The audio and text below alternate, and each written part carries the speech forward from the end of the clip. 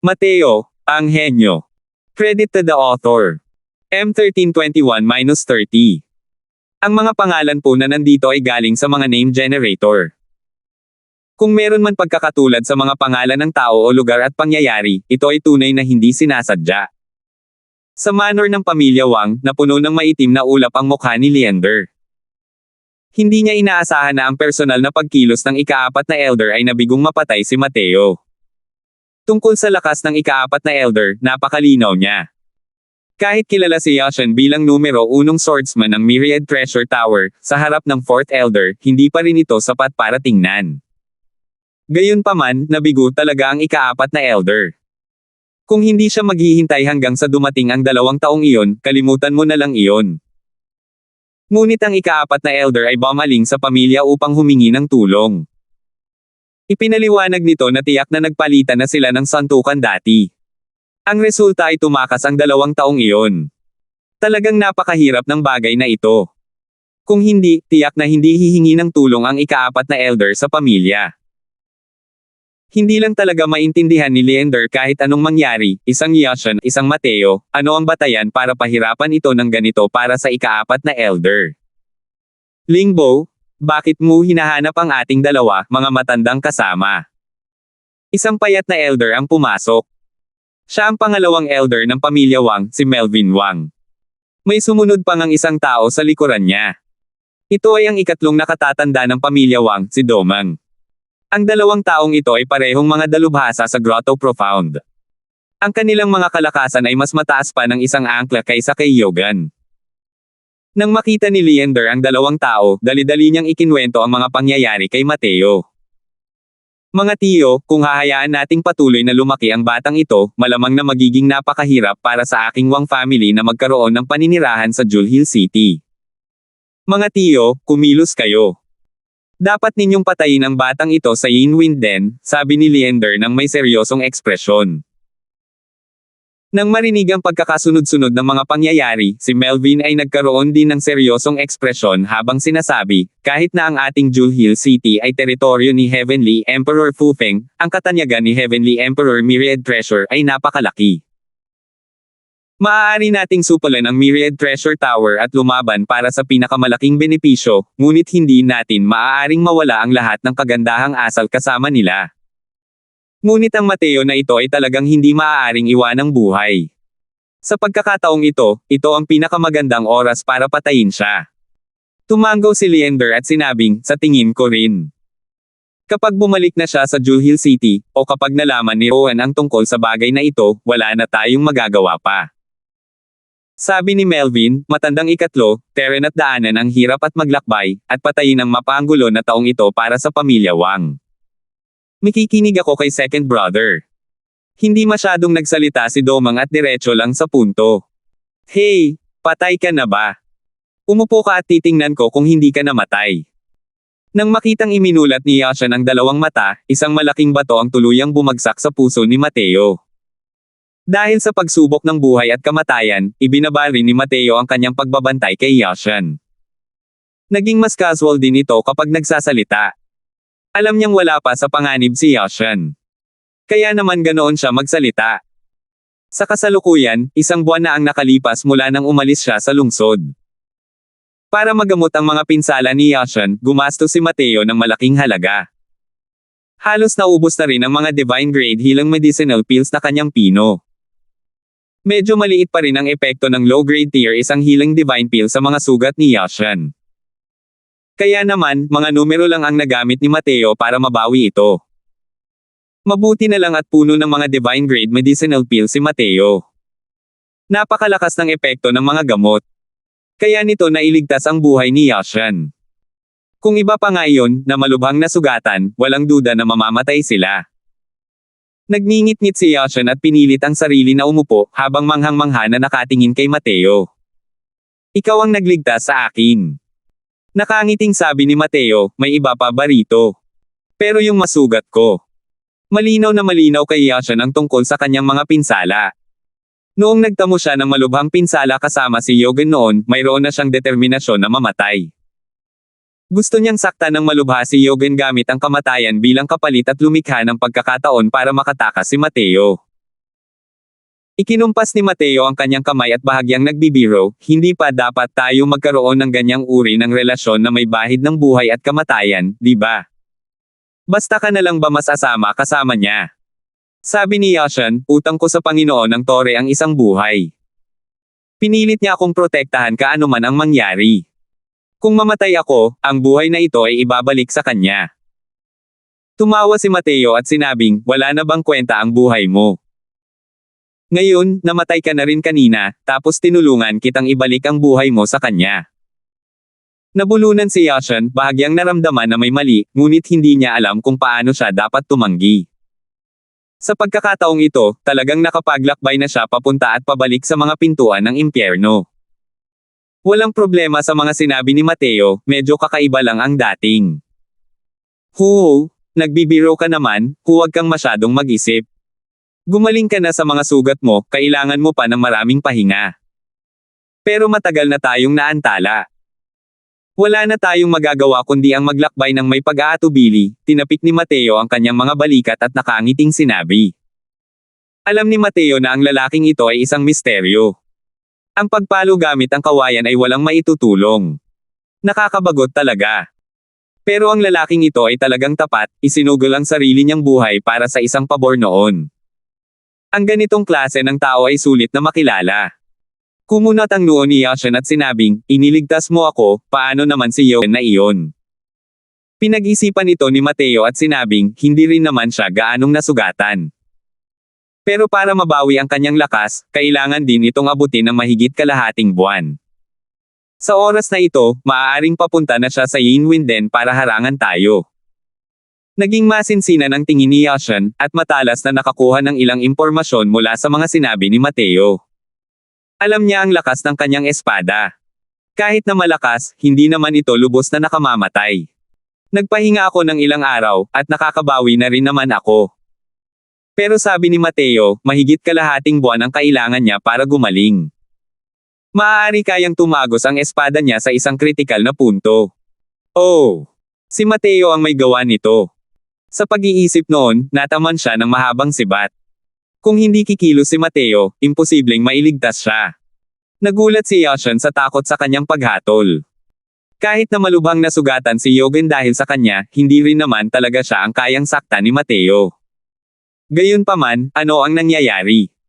Nagawa bang sakta ng isang Grotto Profound na nasa unang yugto ang grand completion ng Grotto Profound?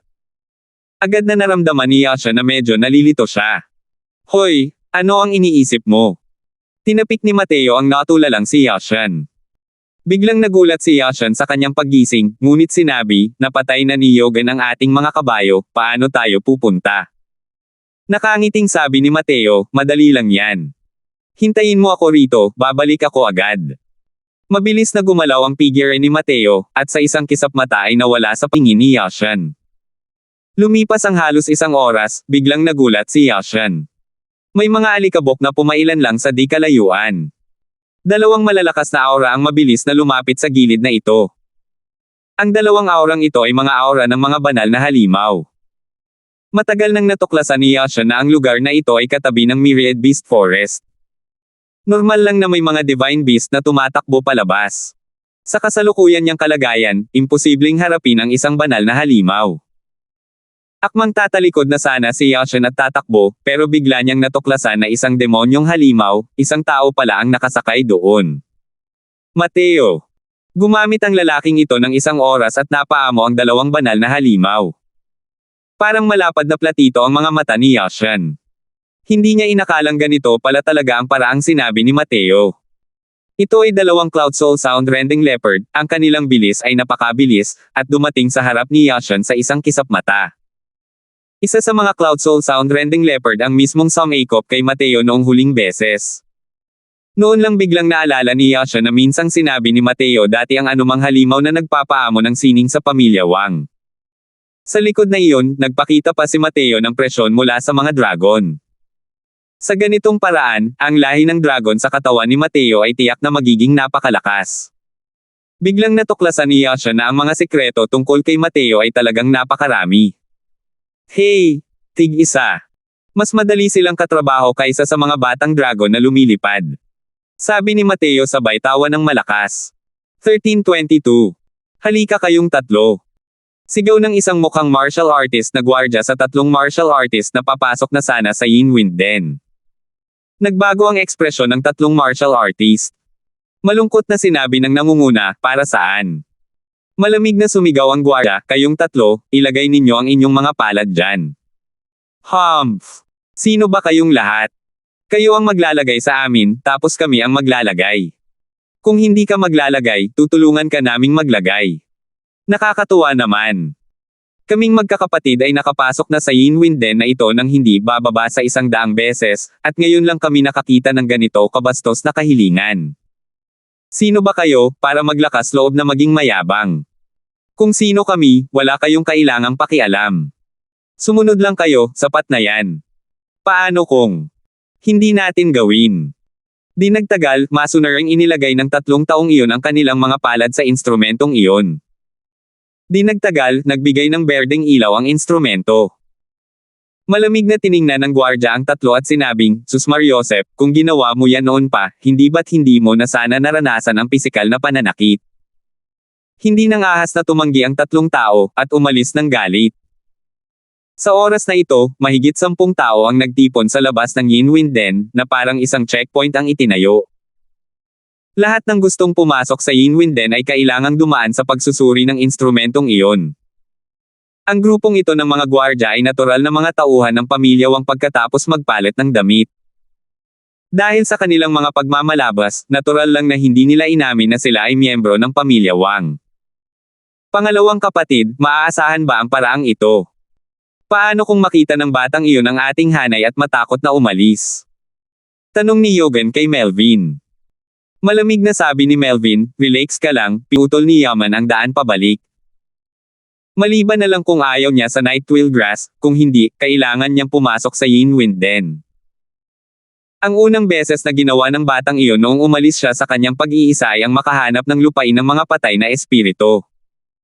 Ipinapakita nito na napakahalaga sa kanya ng lugar na ito, tiyak na pupunta siya. Sabi ni Yogen, nag-aalala ako, wala akong ideya kung anong reaksyon ang magiging mayroon si Rowan kung malaman niya ang tungkol sa bagay na ito.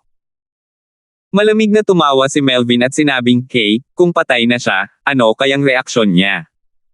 Ibalik mo ang puso mo sa tiyan mo. Nagayos kami ng maraming nakatagong bantay sa daan, at ang batang iyon ay nakakuha ng 2 Cloud Soul Sound Rending Leopard bilang mga kabayo mula sa hindi alam kung saan at papunta na rito. Pero, ang batang iyon ay talagang mapanggulo. Natuklasan lang siya ng ating mga nakatagong bantay at naitapon na sila. Ganoon din ang naramdaman ni Yogen at sinabing, oo, hindi ko rin inakalang hindi lang pala master ng alchemy ang batang iyon, kundi isa rin pala siyang martial arts expert. Kung hindi lang dahil sa mababang kaharian niya, malamang hindi ko na makikita si second brother. Sa pag-iisip ngayon, nakaramdam din si Yogen ng patuloy na takot. Ang lakas ni Yashan at Mateo ay higit pa sa kanyang imahinasyon.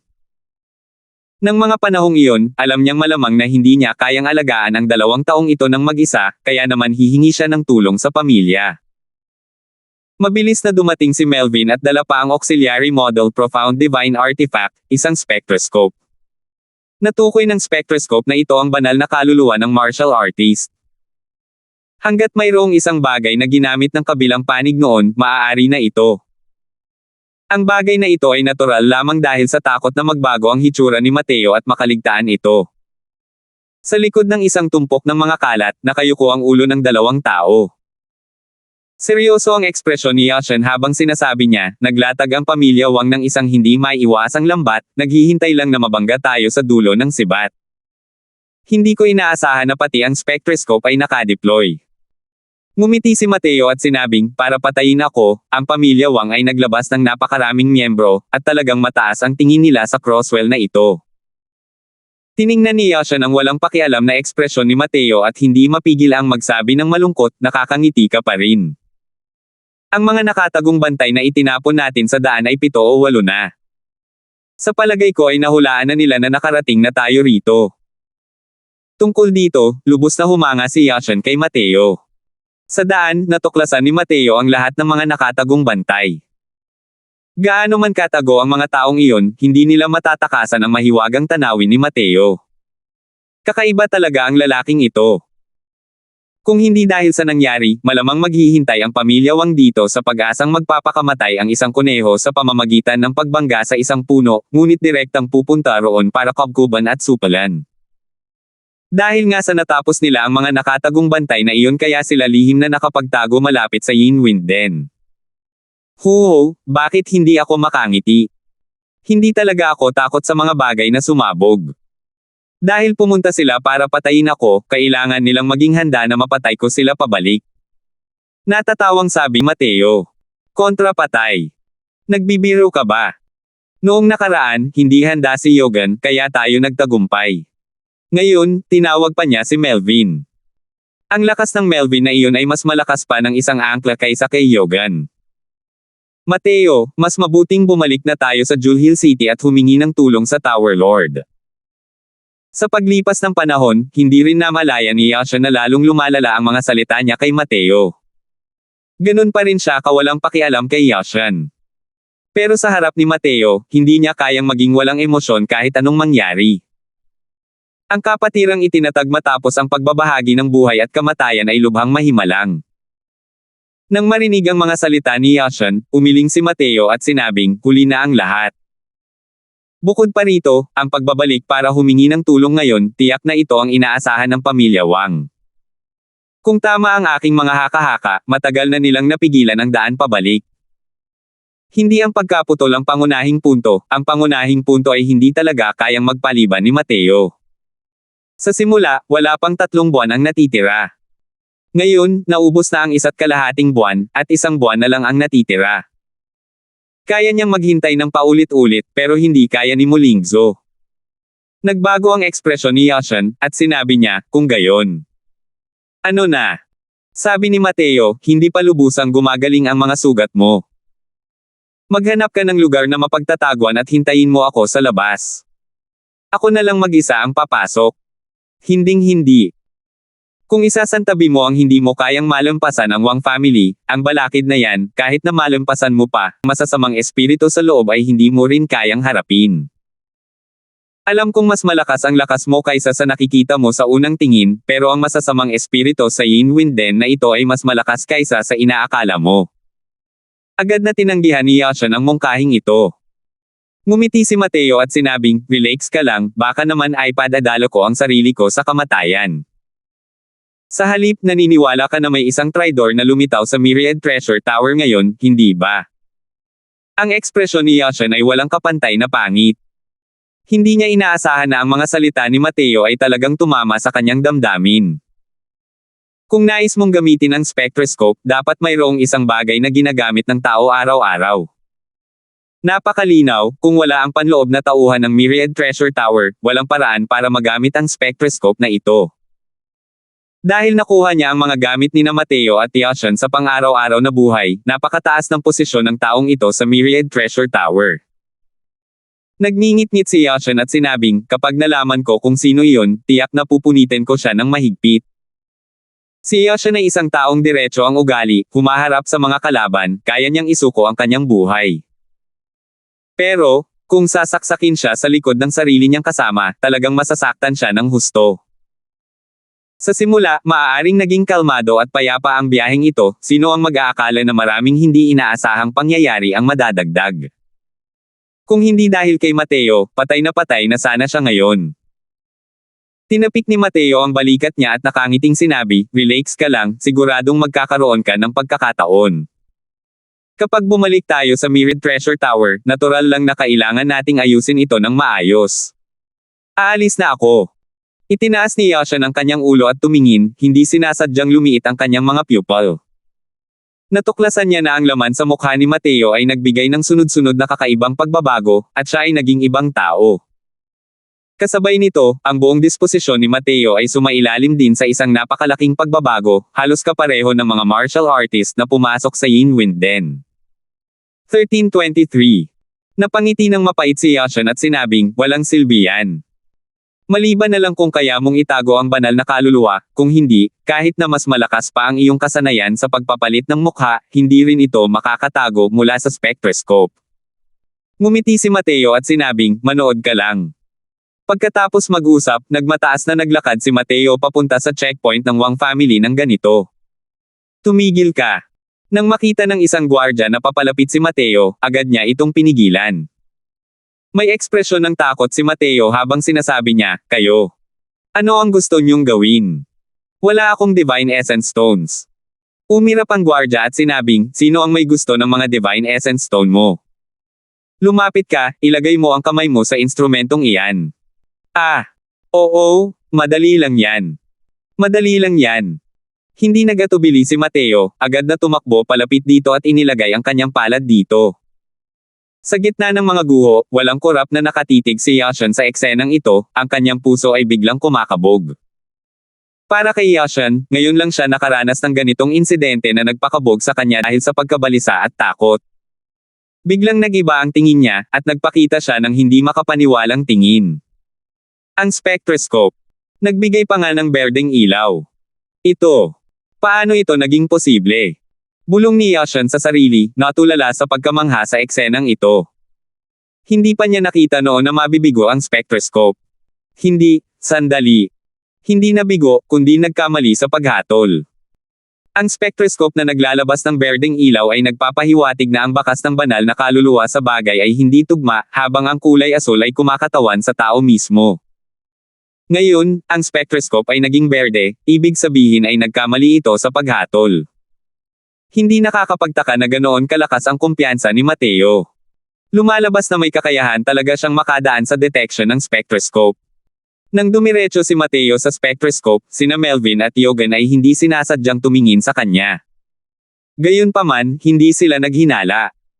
Ang pagganap ni Mateo ay hindi gaanong naiiba sa mga ordinaryong martial artist na nasa mababang antas. Ang mga martial artist na pumupunta sa Yinwinden ay karamihan ay nakatira sa pinakamababang baitang. Kung hindi, sino ang handang makibahagi sa ganitong uri ng transaksyon na nanganganib sa buhay?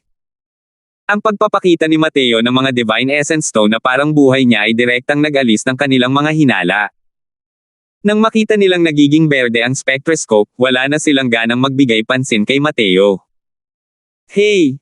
Grupo ng mga hanggal na walang alam, para gamitin pa ang mga ganitong klaseng basura sa harap ng matandang ito. Talagang minamaliit ang kakayahan nito.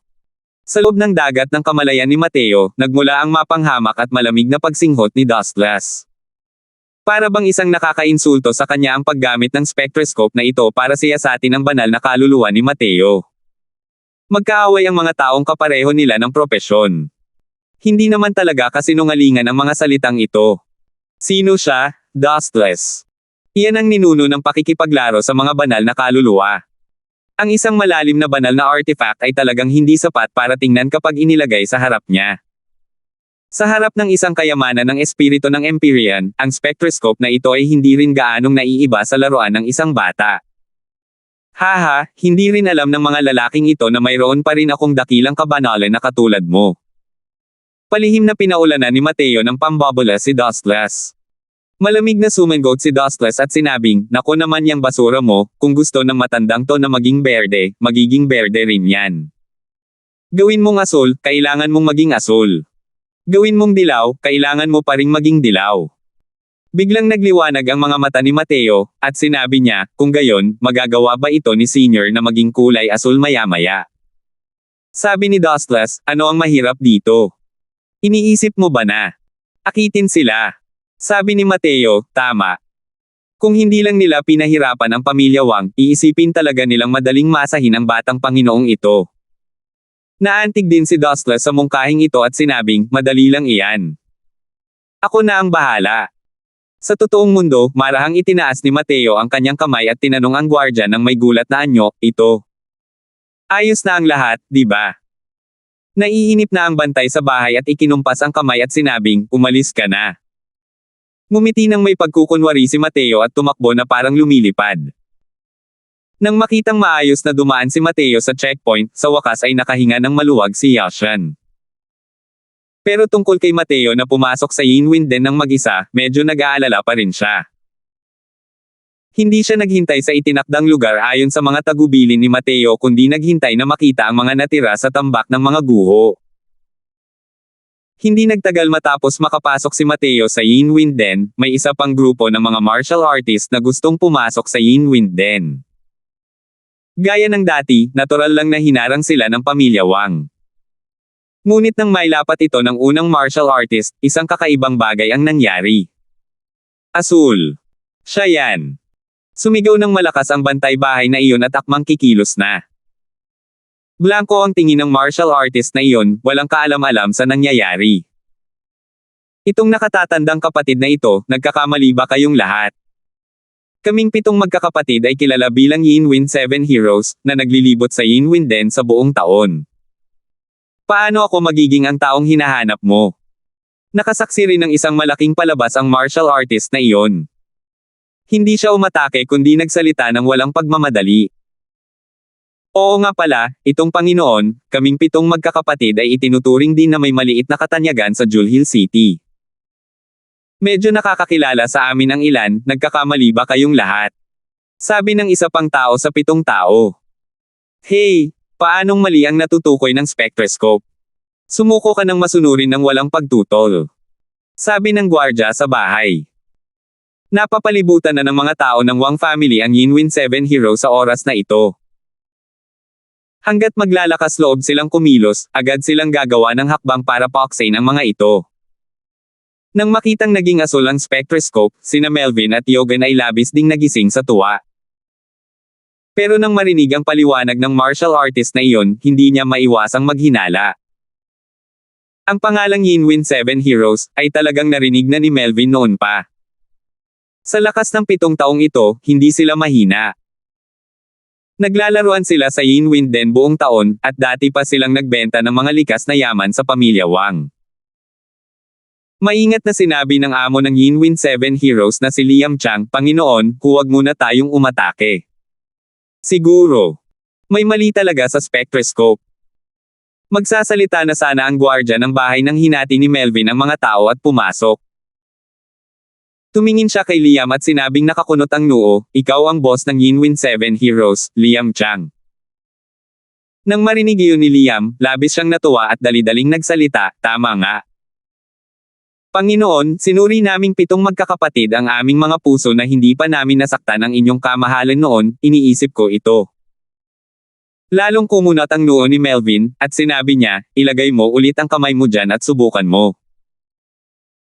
Alam ni Liam na ang nasa harap niya ay kakilakilabot at hindi nang ahas na sumuway, iniabot ang kanyang kamay dito ayon sa kanyang sinabi. Kulay berde. Lumuwag ang ekspresyon ni Liam, at sinabi niya habang nakahawak ang mga kamay, kamahalan, isang ang pagkakamali, di ba? Hindi siya pinansin ni Melvin at sinabi sa 6 na iba pa, ilagay ninyo ang inyong mga kamay dyan. Nagpalitan ng tingin ang ilang tao. Sumimangot si Liam at mahinang sinabi, natulala pa rin para saan? Hindi mo narinig ang sinabi ng Panginoong ito. Nagulat ang 6 na tao at mabilis na inilagay ang kanilang mga kamay sa spectroscope isa-isa. Kulay dilaw. Kulay lila. Kulay asul. Kulay asul. Kulay pula. Sa bawat paglalagay nito, ang kutis ni Melvin ay lalong umitim. Tumutulo ang malamig na pawis ni Liam sa gilid, sa takot na magalit ang Panginoong ito. Malinaw na malapit na itong pumutok. Umaasa na lang siya na hindi siya inosenteng mapapahamak dahil sa iba. Inilagay ito ng huli. Ang ekspresyon ni Melvin ay lalong naging kaakit-akit. Walang tigil na kumurap ang iba't ibang kulay ng liwanag at naglabas pa nga ng iba't ibang kulay ng liwanag. Puchi. Bigla, isang ulap ng asul na usok ang lumabas mula sa spectroscope. Nawasak. Tahimik ang paligid, walang sino man ang nangahas na magsalita.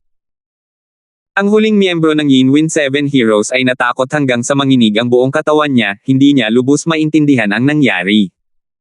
1324. Ito. Anong nangyayari? Gulat na gulat si Yogan, hindi niya maintindihan kung bakit nangyayari ang ganitong bagay gamit ang perpektong pinong spectroscope. Ngunit nagbago ang ekspresyon ni Melvin, at bigla siyang lumingon, tumingin sa direksyon ng Yin Wind Den. Sus Mariosep. Siguro yung baklang yon kanina lang. Naloko tayong lahat niya. Mabilis na tumugon si Melvin, galit na galit hanggang sa kinabog niya ang kanyang dibdib at ipinadyak ang kanyang mga paa. Gayunpaman, huli na ang lahat. Matagal nang wala ang kasalukuyang Mateo. Ang Yinwen din ay umaabot sa lahat ng direksyon. Napakahirap na mahuli si Mateo. Pangalawang kapatid, ano ba ang nangyayari? Hindi pa nakakapag-react si Yogen at nagtanong na. Lumungkot ang mukha ni Melvin, at sinabi niya, kung hindi ako nagkamali ng hula, tiyak na nasira ang spectroscope na ito ng punk na iyon na pumasok kanina. Ang punk na iyon ay tiyak na si Mateo matapos baguhin ang kanyang hitsura. Natigilan si Yogen at sinabing, imposible yan, di ba? Noong sinusuri ng spectroscope, malinaw na kulay berde siya. Sinulyapan siya ni Melvin na parang nakatingin sa isang gago at sinabing, spectroscope pa rin. Biro lang ang spectroscope na ito sa harap ng batang iyon. Hindi ko rin alam kung anong paraan ang ginamit ng punk na iyon para masira ang spectroscope. Pino-provoke niya tayo rito. Nag-aalab sa galit si Melvin at gustong lumunin ng buo si Mateo. Hindi lang nakatakas ang lalaking ito sa ilalim ng kanilang mga mata, sinira pa niya ang malalim na banal na artifact ng pamilya Wang. Kahit na ang lugar na ito ay ang Heavenspan World, ang ganitong uri ng malalim na banal na artifact ay hindi talaga isang pangkaraniwang bagay. Ang karaniwang powerhouse ng Deity Realm ay walang kahit anong divine artifacts. Ang isang ordinaryong malalim na banal na asensya ay katumbas din ng kahit ilang daang libong mababang uri ng banal na asensya. At ang spectroscope na ito ay kabilang sa auxiliary type divine artifact. Mas katawa-tawa pa ang presyo, halos 1,000,000 low-grade divine essence stones. Nang marinig ang sinabi ni Melvin, sa wakas ay natauhan si Yogen. Kung iisipin, malinaw na ang posibilidad na ito ang pinakamalaki. Pangalawang kapatid, sinasabi mo bang sinasadyang basagin ng bata ang spectroscope para masuka tayo? Kung hindi, malinaw na pwede siyang pumasok ng tahimik pero nabasag niya ang spectroscope. Malinaw na sinasabi niya sa atin na nakapasok na siya, at kung lahat kayo ay may kakayahan, halika at hulihin ninyo ako. Ano ito kung hindi tayo ang tinutokso nito? Galit na sabi ni Melvin. Galit ng galit, ngunit labis pa ring nagulat si Melvin sa kanyang puso. Ang spectroscope ay hindi isang bagay na kayang sirain ni Newman. Kahit pahayaan mong dumating ang isang Heaven Glimpse Deity Realm Powerhouse, imposible ring masira niya ang spectroscope dahil hindi siya gumagawa ng kahit anong tunog. Bukod dito, ang pagbasag nito ay pagbasag nito, ang spectroscopyong ito ay talagang nagbago sa lahat ng uri ng kulay. Kung hindi lang dahil sa 7 taong sabay-sabay na dumating, baka nakagawa na sila ng malaking pagkakamali ngayon. Ito.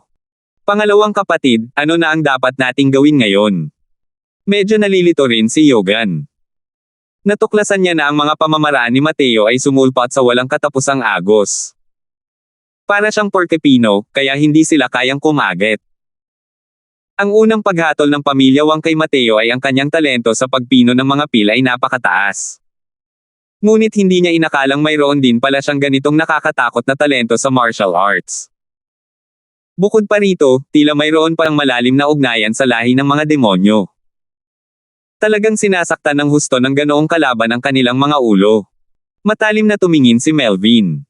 Habang nakatitig sa Yinwen 7 Heroes, sumigaw siya, anong tinitingnan mo? Hindi mo pa rin ako hinahanap. Si Liam at ang iba pa ay umasal na parang nabigyan ng amnestia, at tumatakbong palayo na parang usok. Ang Liam na ito ay isa ring middle stage grotto profound powerhouse, ang kanyang lakas ay kakaiba. Pero sa harap ni Melvin, hindi sapat na tignan lang ito. Paano niya nagawang mangasar sa kabilang panig? Kuya, anong nangyayari rito? Habang nasa daan, tanong ng isang kapatid kay Liam. Nakita ni Liam na malayo na ang nalakad nila, kaya naman mahina niyang sinabi, hindi alam ng pamilya Wang kung sino. Pero hindi ko alam kung bakit, umusok siya para makapasok. Hindi lang siya nakalusot, nabasag pa niya ang kanilang spectroscope. Sabi mo, hindi ba sila pwedeng magalit? Natigilan ng lahat ng marinig ang narinig. Kuya, paano mo nalaman na mga tao iyon ng pamilya Wang? Sabi ni Liam, hey, nakilala ko na si Melvin dati.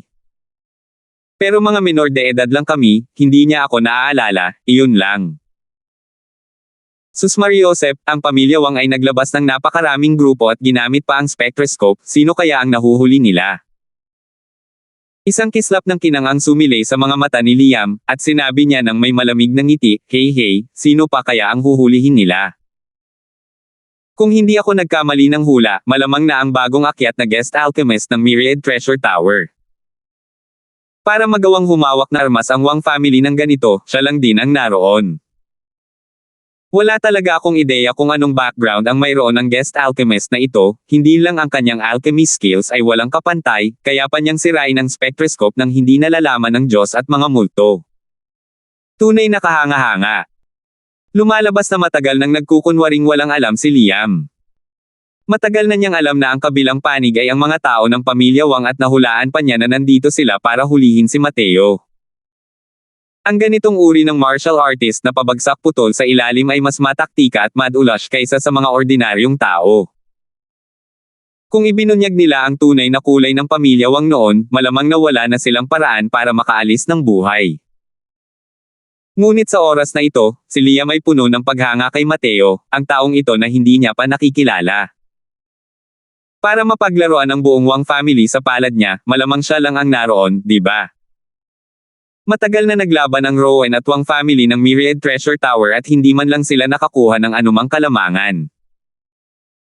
Pero sa totoo lang, ang Divine Essence Pill na pinino ng alchemist na iyon ay walang masasabi tungkol sa kalidad. Mas maganda ito kaysa sa Wang family. Sabi ng isa pang kapatid. Tumanggaw si Liam at sinabing, "Bumili rin ako ng ilan noong nakaraan, napakaganda talaga ng kalidad." Kung hindi dahil sa nangyari, hindi rin sana dadaan sa ganito kalaking problema ang pamilya Wang. Kung ako si Leander, gugustuhin ko ring tuluyang mag-alis. Nang makita niyang umalis si Liam at ang iba pa, saka lang malamig na sinabi ni Melvin, "Eugen, ipaalam mo agad kay Yaman, pabilisin mo siya papunta sa Yinwinden. Magbabantay siya sa labas, tayo. Lahat ay papasok. Hindi ba niya tayo ginagalit? Kung gayon, ipapakita sa kanya ng matandang ito ang kabayaran ng paggagalit sa pamilya Wang." Humph! Pagpasok sa Yinwinden, naramdaman ni Mateo ang sunod-sunod na ihip ng hangin mula sa kailaliman ng kuweba, na hindi niya sinasadyang ikinabahala. Dali-dali niyang pinaikot ang kanyang bloodline power, agad na hinaranggan ang bug zone ng hangin sa labas. Napakalakas ng sigla ng lahi ng dragon. Hindi talaga magagawa iyon para gugustuhing sirain ni Mateo ng ordinaryong hangin. Sa paligid na ito, ang mga martial artist na pumapasok at lumalabas ay talagang napakarami. Pero habang papalapit ka, mas kakaunti ang tao. Biglang may narinig na matinis na sigaw. Isang masamang espiritu ang sumugod palabas ng sulok, kinagat si Mateo. Ang kagat ng masamang espiritu ay tumama sa banal na kaluluwa, napakahirap ipagtanggol. Kapag ang mga baguhan ay pumapasok sa Yinwinden, kung wala silang mga veterano na nangunguna, napakadaling malinlang. Pero nang makita ni Mateo ang masamang espiritong iyon, siya ay nabighani ng husto. Ang mga matang iyon ay may kintab at berde, parang isang lobo na gutom na gutom. "Hey! Dumating sa tamang oras. Ang batang Panginoon na ito ay hindi na kayang pigilan ang aking gutom at uhaw." Malamig na tumawa si Mateo at tinanggap ito. Langit-ngit. Kakaiba ang pag-unat ng kuko ni Mateo, direktang hinawakan ang masamang espiritu sa kanyang kamay, parang kinurot ang kanyang mahalagang bahagi ng katawan. Ang masamang espiritong iyon ay nagkaroon lamang ng oras para magpakawala ng isang kaawa-awang sigaw at napigilan siya ni Mateo. "Senior, ikaw naman." Nakangiting sabi ni Mateo. "Hey, kailangan mo pa ba akong turuan, bata?" Sa loob ng dagat ng kamalayan ni Mateo, biglang gumana ang Soul Suppressing Pearl. Isang pag-agos ng Soul Vortex ang bumukas kasama si Mateo bilang sentro. Ang masamang espiritong iyon ay direktang nilamon ng Vortex. 1325. Ano ang pakiramdam? Napakahina. Ang masamang espiritong ito ay nasa unang yugto lamang ng 1 star, hindi pa nga sapat para punan ang mga puwang sa pagitan ng aking mga ngipin. Ito. Senior, medyo malakas din ang gana mo kumain, di ba? Kalokohan. Ang Soul Suppressing Pearl ay isang kayamanan ng mga espiritong Empyrean. Kahit makahuli ka pa ng ilang 4-star, 5-star na masasamang espiritu, hindi pa rin iyon sapat para matuno ng matandang lalaking ito. Sige, ano na nga ba ang dapat kong gawin kung ganoon? Mga huling yugto ng 1-star na masasamang espiritu at aabot sa 3 hanggang 500 kahit ano paman. Senior, daylight robbery po ito. Gaano katagal kaya ang 3 hanggang 500? Sapat na kulang para sa 10 taon. Kung kaya kong lumunin ng isang 2-star evil spirit, kaya kong tumagal ng 100 taon. Umikot ang mga mata ni Mateo at nakangising sinabi, sa tingin mo ba ay mabibigyan kita ng 2-star evil spirit ngayon? Kung makakasalubong ko talaga ang isa, mahirap sabihin kung ikaw ang lumalamon sa kanya o siya ang lumalamon sa akin. Haha, sinasabi ko lang. Pero, kung kaya ko talagang lumunin ang isang 2-star evil spirit, matutulungan kitang linangin ang Divine Soul, at isulong ang Divine Soul Realm, sabi ni Dustless. Nagliwanag ang mga mata ni Mateo, at bumilis ang tibok ng puso niya sa kasabikan dahil sa sinabi ni Dustless. Matapos makarating sa Deity Realm, ang mga paraan ni Mateo para sa Divine Soul Cultivating ay medyo nabigong matugunan ang mga pangangailangan. Ang Medicine God Soul Canon ay isa lamang hindi kumpletong artikulo. Maaari nitong tulungan si Mateo na mag-cultivate hanggang sa ganap na makumplito ang tier siyam ngunit medyo kulang sa lakas para magpatuloy. Kung gusto mong mas lumakad pa sa landas ng alchemy, dapat ay mayroon kang sistematikong pamamaraan ng Divine Soul Cultivation. Sa aspetong ito, malinaw na eksperto ang Soul Suppressing Pearl. Habang iniisip ang hanggang dito, hindi maiwasan ni Mateo na isipin ang kanyang pangunahing paraan ng paglilinang. Pagkatapos ng muling pagkakatawang tao, ang palaging nililinang ni Mateo ay ang Spirit Bristle 9 niyang Divine Art. Sa Immortal Grove Region, ang Spirit Bristle 9 niyang Divine Art ay isang pinakamahalagang paraan ng cultivation at maaaring linangin hanggang sa Origin Deity Realm. Pero para sa kasalukuyang Mateo, ang pamamaraang ito ng paglilinang ay malinaw na hindi pa kayang matugunan ang kanyang mga ambisyon. Mukhang kailangan magsimula ang lahat sa wala. Sabi ni Mateo nang may pabago-bagong emosyon. Sabi ni Dustless, ang pamamaraan ng paglilinang ni Immortal Grove ay nakaukit sa loob ng World Suppressing Steel. Ang kanyang pamamaraan ng paglilinang ay naunawaan mula sa World Suppressing Steel at isa sa mga pinakamahusay na pamamaraan ng paglilinang sa Heavenspan World. Kung hindi siya bumagsak, maaaring nagawa na sana niyang maging isang Transcendent Heavenly Emperor. Transcendent Heavenly Emperor. Nagtatakang tanong ni Mateo. Transcendent Heavenly Emperor. Sa totoo lang, ito ang Peak Heavenly Emperor, ang pinakamakapangyarihang nilalang sa ilalim ng Tao Ancestor.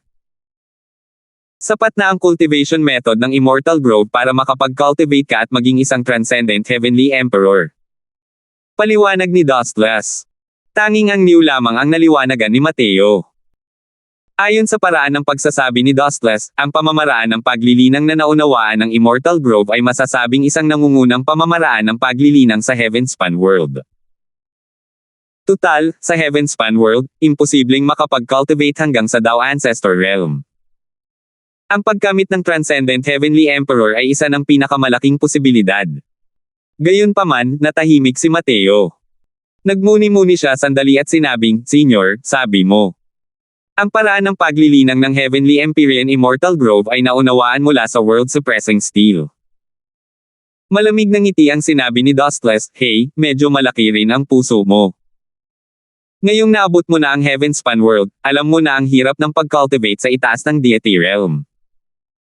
Hindi pa ba talaga sumusuko sa hangganan ng Tao Ancestor?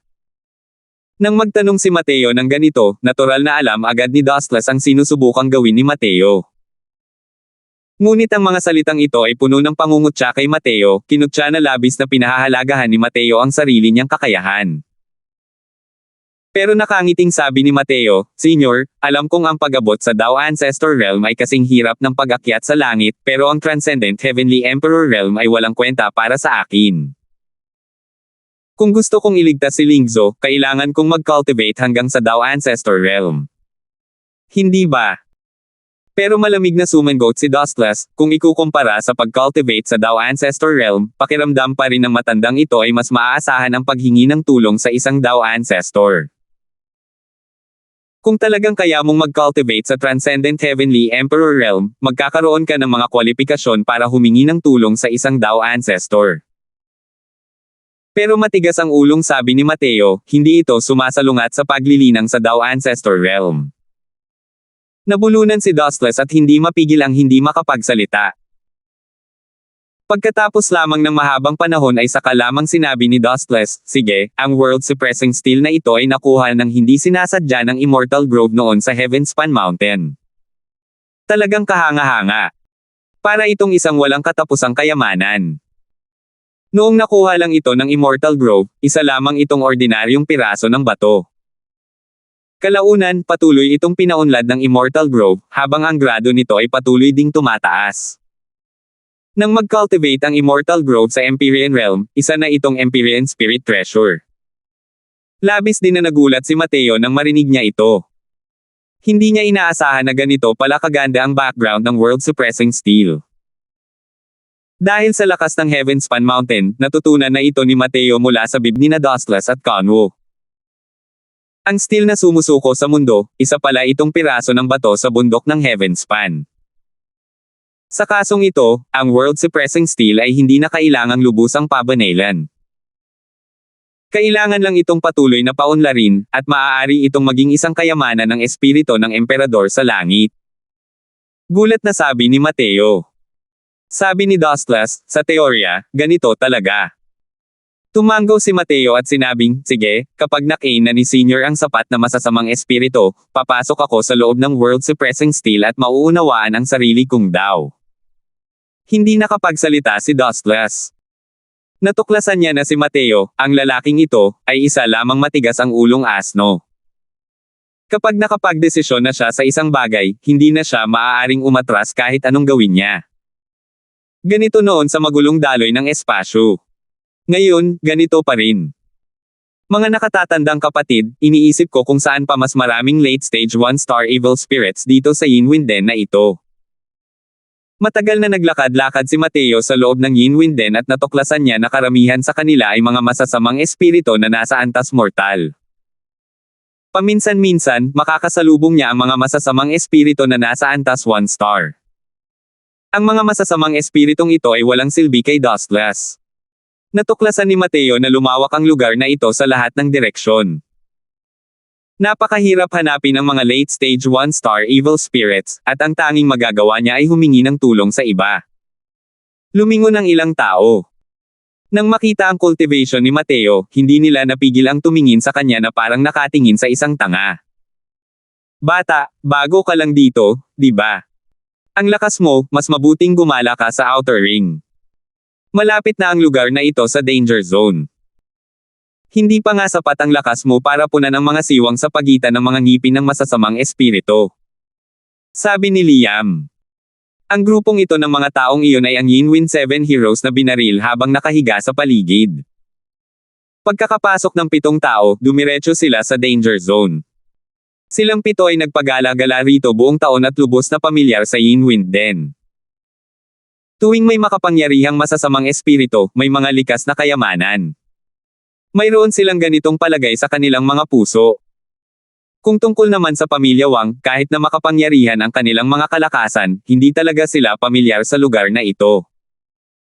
Hindi rin inaasahan ni Liam na makakasalubong nila si Mateo dito. Nakangiting sabi ni Mateo, mga nakatatandang kapatid, dapat ay pamilyar na kayong lahat sa lugar na ito, di ba? Nakita niyang malinaw ang tingin ng iilang taong ito, hindi katulad niya, na parang langaw na walang ulo na tumatakbo.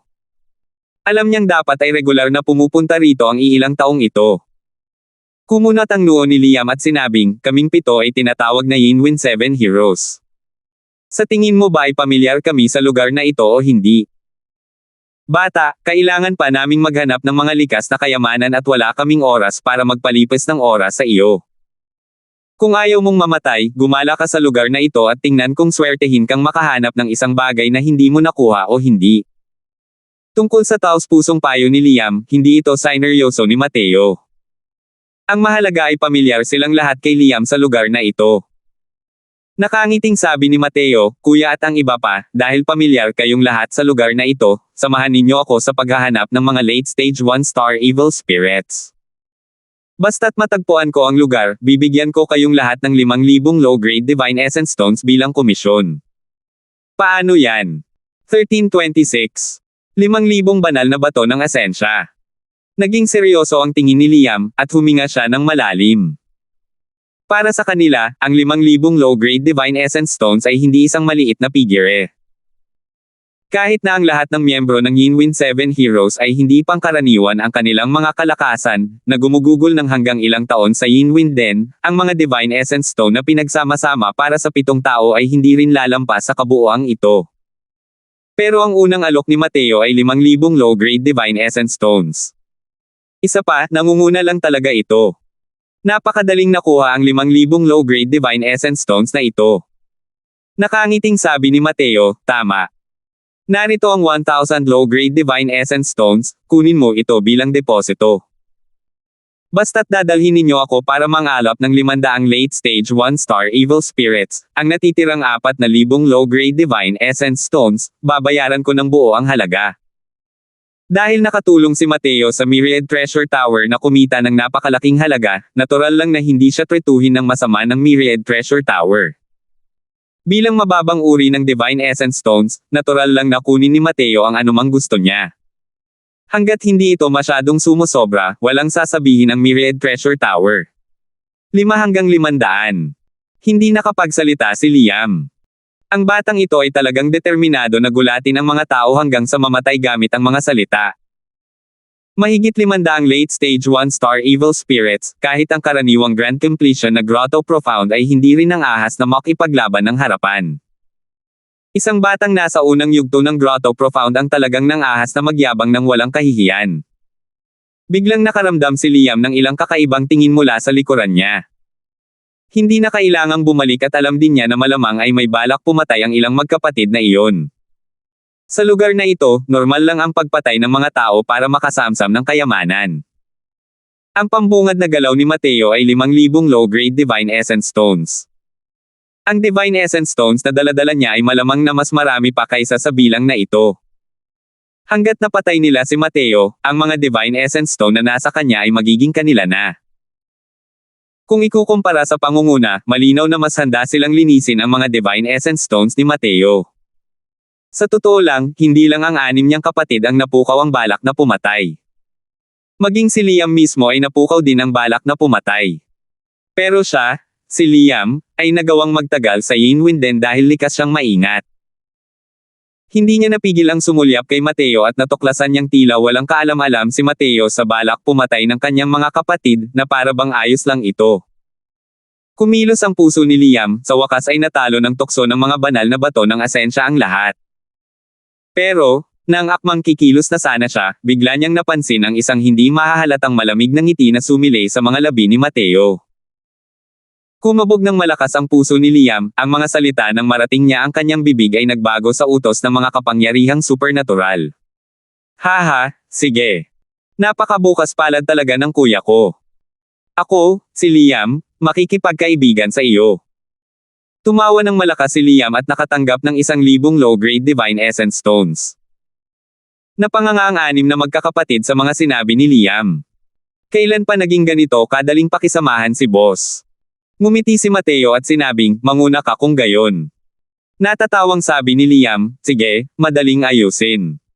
Kasunod nito, dinala ni Liam si Mateo at gumawa ng maraming pagbabago at pagliko. Sa katunayan, hindi nagtagal, ang masasamang espiritu na kanilang nakasalamuha ay lalong lumakas. Si Liam at ang iba pa ay naging maingat at alerto isa-isa. Ang pinakamalakas sa kanila, si Liam, ay isa lamang nasa gitnang yugto ng Grotto Profound. Nang makasalubong nila ang mga late-stage 1-star evil spirits, wala na silang oras para tumakbo. Hindi na sila ng ahas na lumapit pa. Nasa unahan ang Purple Nether Cave. Tiyak na may mga late-stage 1-star evil spirits sa lugar na iyon. Pero, kapatid, iilan sa amin ang hindi nangangahas na pumasok, sabi ni Liam. Tumango si Mateo at sinabing, maaari kayong maghintay sa labas ng kuweba para sa akin. Pagkatapos magsalita, pumasok si Mateo sa Purple Nether Cave nang hindi lumilingon. Boss, bakit hindi ka kumilos ngayon lang? Sigurado akong may hawak na kahit 50,000 Divine Essence Stones ang batang ito. Nang makitang pumasok si Mateo sa kuweba, hindi napigilan ng Yinwin 7 Heroes, number 7 ang magreklamo. Oo nga, boss. Karaniwan, hindi ka naman ganoon kamahiyain at kaduwag. Kung makakita ka ng ganito katabang tupa, matagal ka nang kikilos. Sabi ni number 3. Napatingin si Liam sa kanilang mga mukha at bumaantong hininga habang sinasabi, bakit hindi ko alam ang iniisip ninyo? Muntik na akong kumilos ngayon lang. Kung gayon, bakit mo na naman binago ang tono mo? Ngayon, pumasok na siya sa Purple Nether Cave, kaya malamang patay na siya. Para mahawakan natin siya ng mga Divine Essence Stone, kailangan nating magsikap ng husto. Sabi ni number 7. Sa kanilang pananaw, itong si Mateo ay isa lamang hanggal na batang Panginoon na puno ng pera. Hindi niya alam ang tungkol sa takot na dulot ng Yin Winden na ito at gusto niyang pasukin ang Purple Nether Cave nang walang sapat na pagsasaalang-alang. Ano ang pagkakaiba nito sa pagsusubok ng kamatayan? Sumulyap si Liam sa kanya at sinabing may malamig na ngiti, sa tingin niyo ba talaga ay napakaraming tanga sa salitang ito? Hey, dahil nga sa mukhang kalokohan ang mga kilos niya kaya ko naramdaman na hindi dapat magalit ang batang ito. Hindi ko alam kung bakit, noong plano kong kumilos kanina, parang kumakabog ang puso ko sa pagkabalisa at takot. Parang hinarang ako ng isang mangangaso. Hindi binago ng mga salita ni Liam ang pananaw ng grupo ng magkakapatid. Sumingit din si number 2, Boss, isa lamang batang Grotto Profound na nasa unang yugto, kailangan pa bang maging maingat? Kaming 7 magkakapatid, mayroon ng 3 nasa gitnang yugto na Grotto Profound. Hindi kaya't hindi pa rin natin kayang harapin ang isang batang basang-basa sa likod ng kanyang mga tainga. Malamig na sabi ni Liam, maghintay lang kayo. Tataya ako na makakalabas talaga siya mula sa loob ng Purple Nether Cave. Sabi ni number 7, paano ito nangyari? Malamang hindi niya kayang harapin ang isang 1-star evil spirit na nasa unang yugto pa lang, kaya pa ba niyang harapin ang mga late-stage evil spirits? Sabi rin ni number 3, oo nga, kuya. Alinman sa dalawa, kumita rin tayo ng 1,000 Divine Essence Stones nang walang bayad. Tara na. Walang paraan para makalabas siya. Tumawa si Liam at sinabing, taya ka ba o hindi? Ako, si Liam, ay sinusuri ang sarili kong konsensya at nararamdaman kung mayroon pa rin akong kaunting kakayahan sa paghusga sa mga tao. Ang batang ito ay talagang hindi simple. Hindi kumbinsido si number 7, boss, hindi mo ba talaga ako nata-trigger? Sabi mo, paano tumaya? Ngumiti si Liam at sinabing, magtakda tayo ng 3 araw bilang limitasyon. Kung lalabas ang batang iyon, itong 5,000 Divine Essence Stones, kukuha ako ng 4,000. Kung hindi lalabas ang batang iyon, itong 1,000 Divine Essence Stones, ayoko ng kahit isang piraso at dadagdagan ko pa kayo ng 1,000 Divine Essence Stones, kunin ninyo lahat at hatiin. Sa sinabi ni Liam, nagtawanan ang magkapatid. Haha, boss, dahil napakamapagbigay mo, tatanggapin ito ng mga kapatid. Tiyak na matatalo ka sa pustahang ito. Huwag mong pag-usapan ang 3 araw, kahit 30 araw pa, hindi rin siya makalabas. Malakas na tawa ni number 7. Boss, pagdating ng panahon, hindi mo maaaring talikuran ang taya mo. Siguradong talo ka sa taya na ito. Natatawang sabi rin ni number 2. Boss, matagal na tayong nakikisalamuha dito sa Yin Winden, kailan ka pa nakakita bago lumabas ang isang initial stage Grotto Profound mula sa Purple Nether Cave, sa ganitong uri ng lugar? Anong problema mo ngayon, ayos ka lang ba? Tumawa rin ng malakas si number 3 at sinabing. Ngumiti lang si Liam at walang imak. Naniniwala siya sa kanyang paghatol. Siya, ang taong ito, ay metikuloso. Ang kanyang paningin ay napakatalas. Ito ay dahil mismo sa para madala niya ang magkapatid at makatakas mula sa mga kamay ng pamilya Wang. Kung ibang tao lang iyon, na may isang maling pangungusap na nasabi, malamang ay kailangan silang patahimikin ng pamilya Wang para maiwasan ang pagbubunyag ng mga sekreto. Pangalawang kapatid, napakalawak nitong Yin Winden, napakasalimuot ng lupain. Paano natin siya mahahanap? Nahihilo rin si Yogen sa lupain dito. Same time na sinabi ni Melvin, maghanap ka ng mga tao at magtanong. Bagong mukha ang batang iyon, talagang kitang-kita siya. Naniniwala ako na para pumunta siya rito, imposibleng makahanap ng lugar na walang mapagtataguan. Hanggat mas marami tayong tinatanong, tiyak na may makakaalam. Nagliwanag ang mga mata ni Yogan, at sinabi niya, napakagaling ng pangalawang kapatid. Sabi ni Melvin, kayong ilan, magsiparon kayo sa akin. Hanapin ang mga lokal na hegemony dito at magtanong. Kung may makakita ng bagong mukha, dapat kayong magtanong ng malinaw. Naiintindihan ninyo. 1327.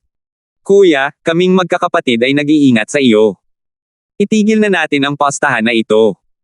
Nakakabagot ang paghihintay dito, siguradong hindi makakalabas ang batang iyon, sabi ni number 7. Oo, sabi ko, anong nangyayari kay kuya ngayon? Karaniwan, hindi ka naman ganito. Pagpupumilit din ni number 3. Sa harap ng panghihikayat ng grupo ng magkakapatid, ngumiti si Liam nang hindi nagpapakita ng pagsang-ayon o pagtutol at sinabi na lang, kalahating araw pa lang, at hindi na kayo makapaghintay. Hey, kuya, pinagtatanggol ka namin dito. Sabi ni number 7. Ngumiti si Liam at sinabing, huwag mo akong ipagtanggol sa iba. Kahit ang pagtutuos ay nakakapagpatibay ng ating mga kaibigan. Dahil naitakda na ang pastahan na ito, ituloy na natin ang lahat. Sa oras na ito, isang boses ang narinig ng lahat na parang multo. Ano ang pastahan ninyo? Lumingon ang lahat para tumingin, agad na nanlaki ang mga mata nila isa-isang nakatitig. Ang nagsalita ay si Mateo mismo. Bakit? Lumabas ka. Hindi, teka, paano ka lumabas? Agad na hindi makagalaw ang dila ni numero 7. Ang 6 na magkakapatid ay may ekspresyon na parang nakakita ng multo, sinusuri si Mateo mula ulo hanggang paa. Pagkatapos noon, natuklasan nila na ang kalagayan ni Mateo ay talagang bumuti na, tulad ng walang masasamang espiritu sa loob ng Purple Nether Cave. Hindi lang ang 6 na magkakapatid, pati si Liam ay natulala rin. Naramdaman niya na si Mateo ay medyo kakaiba, ngunit hindi rin niya inaasahan na kalahating araw lang pala ang ginamit ni Mateo at lumabas. Ang pagsasabi niya ng 3 araw na oras ay labis na pagpapahalaga kay Mateo. Hindi niya inisip na masyadong mahaba ang 3 araw para kay Mateo. Nang marinig ni Mateo ang mga sinabi ni number 7, hindi niya napigil ang kilitiin. Anong sinasabi mo? Siyempre lumabas ako. O baka naman dinala ako palabas ng mga masasamang espiritong iyon. Pero, maraming late stage 1-star evil spirit sa Purple Nether Cave. Gulat na sabi ni number 7. Tumango si Mateo at sinabing, may mga late stage 1-star evil spirits nga rito. Pero napakakaunti pa rin ang bilang. Kalahating araw akong naglibot at 7 o 8 lang ang nakasalubong ko. Malayo pa ang kabuoang bilang para umabot sa 500. May mga lugar pa ba na mas marami pa? Samahan mo ako para tingnan. Nagulat si Liam at dali-daling nagsabi, meron. Siyempre meron. Ihahatid kita. Tumango si Mateo at sumunod kay Liam. Mas lalong nagtungo ang grupo ng mga tao sa loob ng Yin-Wind Den. Habang palalim ang kanilang kinalalagyan, mas marami ang masasamang espiritu na kanilang nakakasalubong. Bukod pa rito, mas malakas ang kanilang mga kaaway. Pero napanganga sila sa ipinakita ni Mateo.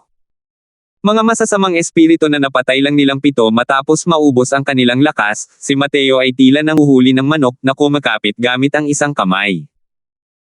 Pagkatapos, bahagyang kinurot, ito ay nabasag. Ang Yin-Wind 7 Heroes ay nakisalamuha sa Yin-Wind Den sa loob ng maraming taon.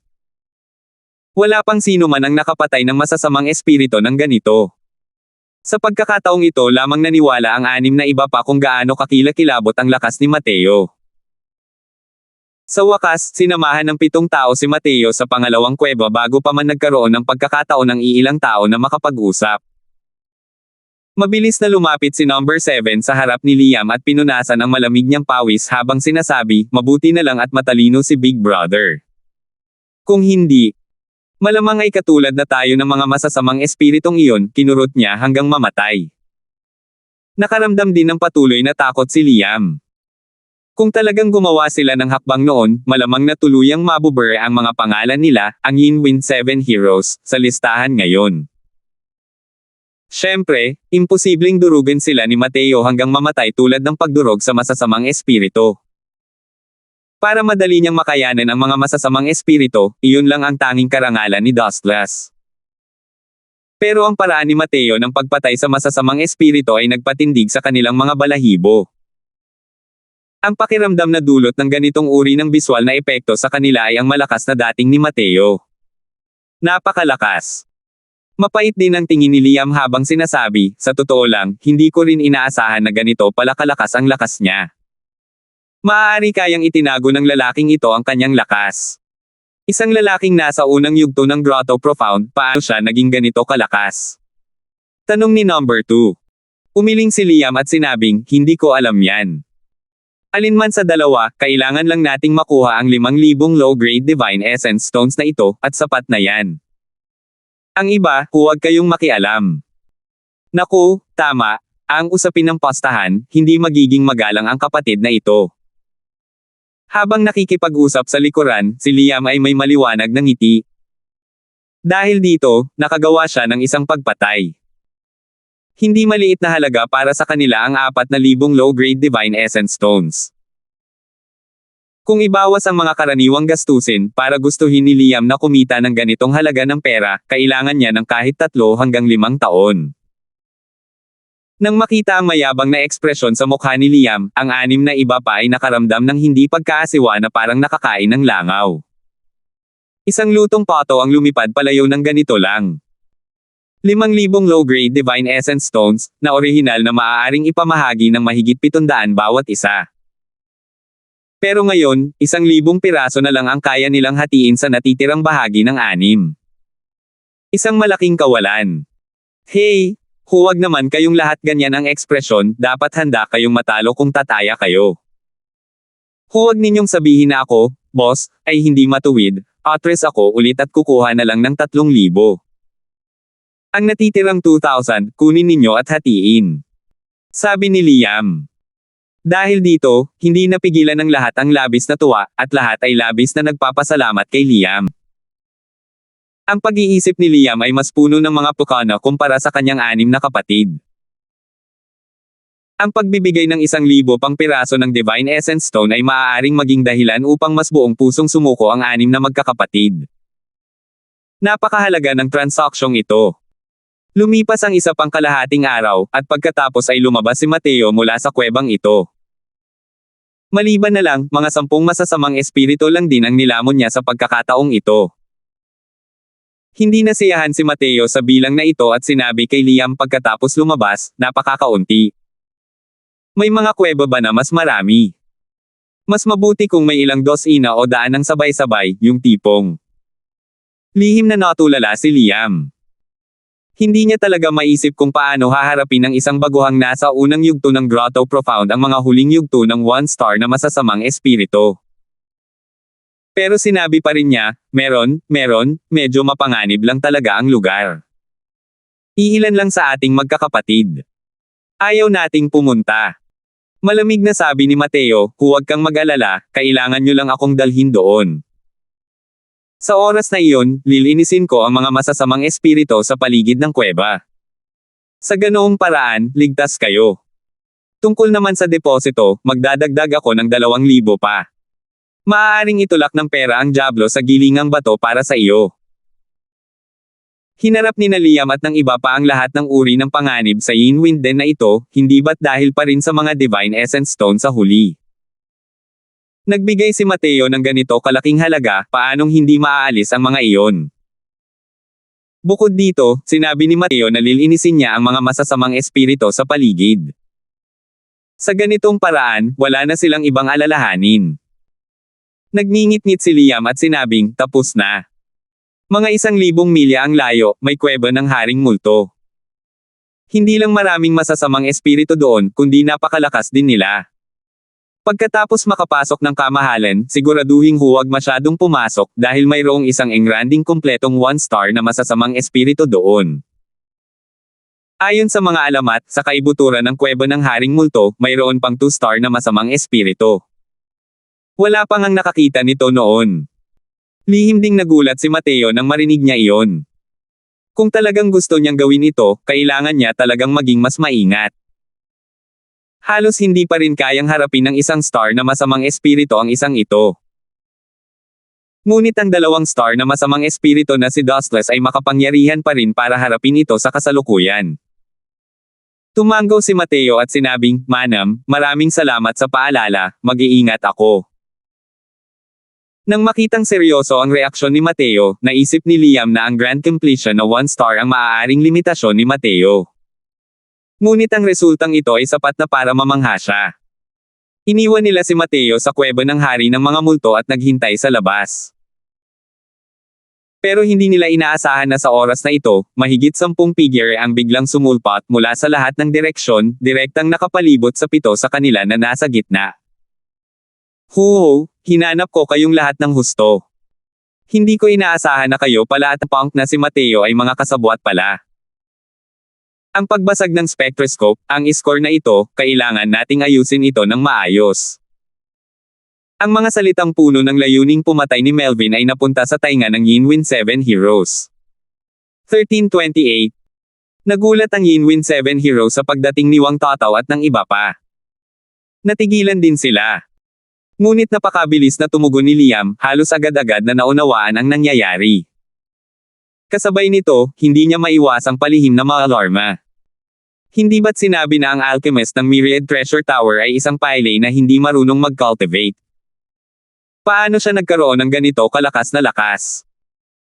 Natiyak na ng kasalukuyang Liam na ang binata na pumasok sa Ghost King Cave ay ang mismong panauhing alchemist ng Myriad Treasure Tower. Si Mateo iyon. Ginoong ito, hindi ba naiintindihan ni Chang ang ibig mong sabihin? Kung may kakayahan ng Chang na ito na sirain ang spectroscope, hindi ko na rin kakailang ganing magsikap sa Yinwin Den na ito sa buong taon. Sabi ni Liam habang nakakuyom ang mga kamao.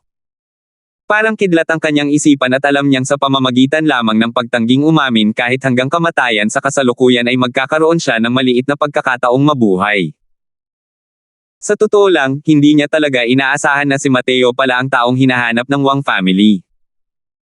Pero malamig nang umisi si Melvin nang marinig iyon at sinabing, "Hindi mo na kailangang magreklamo pa. Naniniwala lang ako sa katotohanang nakikita ko. Malinaw na tayong nagtanong." Matapos pumasok ang baliw na iyon sa Yinwin Den, kayo na ang palaging nangunguna sa daan para sa kanya. Base lang sa puntong ito, lahat kayo ay karapat-dapat sa kamatayan. Palihim na umungol si Liam, ngunit ang kanyang ekspresyon ay natataranta habang sinasabi niya, "Kamahalan, ang hamak na ito ay talagang hindi alam ang iyong sinasabi. May isang binata na nag-alok ng 7,000 piraso ng Divine Essence Stones para pangunahan tayo. Pero, hindi rin alam ng Chang na ito na iyon ang taong gustong hanapin ng kamahalan." Malamig na sinabi ni Melvin, "Kahit gaano ka pa katalino ang dila mo, ang pagtulong sa batang iyon ay katotohanan din. Halika, mga kasama, patayin ninyo sila para sa akin. Kung may lumalaban, hulihin at agad na patayin." Lubos na pinatay ng mga salita ni Melvin ang huling bakas ng pag-asa ni Liam na magkaroon ng isang aksidente. Nagbago ang kanyang ekspresyon, at seryoso niyang sinabi, "Mga kapatid, pumasok kayo sa kuweba." Sa oras na ito, ang iba pang 3 panig ay nahaharangan. Ang kuweba ng Haring Multo sa likuran ang tanging daanan para umatras. Ang mga figure ni Liam, silang 7, ay parang kidlat, mabilis na tumatakbo patungo sa kuweba ng Hari ng mga Multo. Nang makita ito, malamig na sumangot si Melvin. Itinaas niya ang kanyang kamay, isa itong palad. Isang grupo ng mga taong walang ideya kung ano ang buhay o kamatayan. Agad na sumabog ang isang makapangyarihang banal na asensya. Isang nakakatakot na alon ng hangin ang humampas patungo sa 7 tao. Nagpakita si Liam ng takot at sumigaw, "Mga kapatid, pumasok na kayong lahat." Ibinuhos niya ang lahat ng kanyang lakas sa buhay na ito, gustong harapin ang suntok ni Melvin. Gayunpaman, isa lamang itong langgam na nagtatangkang ibagsak ang isang puno. Sa harap ng engranding pagtatapos ng Grotto Profound Melvin, walang kahit kaunting lakas si Liam para lumaban. Gayunpaman, determinado na si Liam na mamatay. Gusto niyang protektahan ang kanyang mga kapatid para makapasok sa kuweba.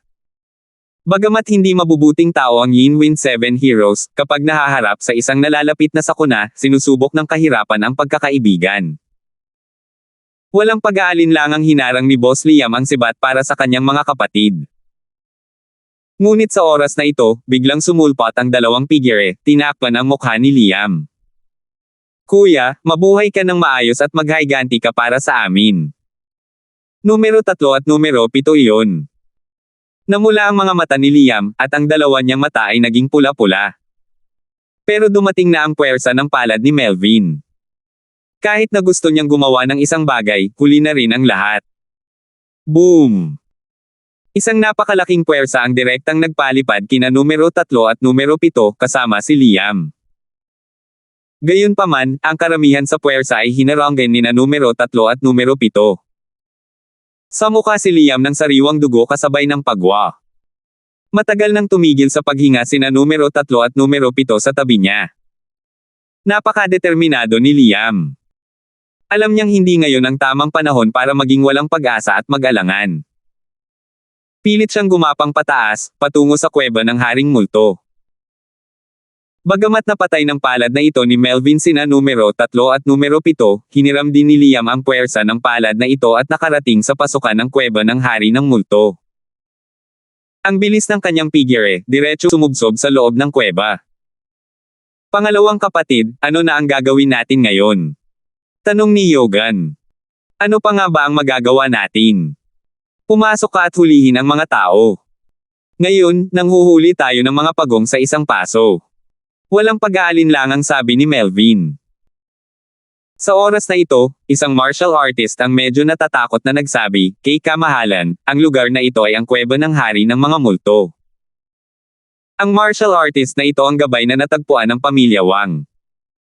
Lumungkot ang mukha ni Melvin, at sinabi niya, paano kung ang kuweba ng hari ng mga multo iyon? Sabi ng gabay, ang kuweba ng Haring Multo ang pinakadelikadong lugar sa Yin Wind Den, napakarami ng masasamang espiritu sa loob kaya hindi mabilang. Bukod pa rito, maaaring may mga 2-star na masasamang espiritu sa kailaliman ng kuweba ng Haring Multo.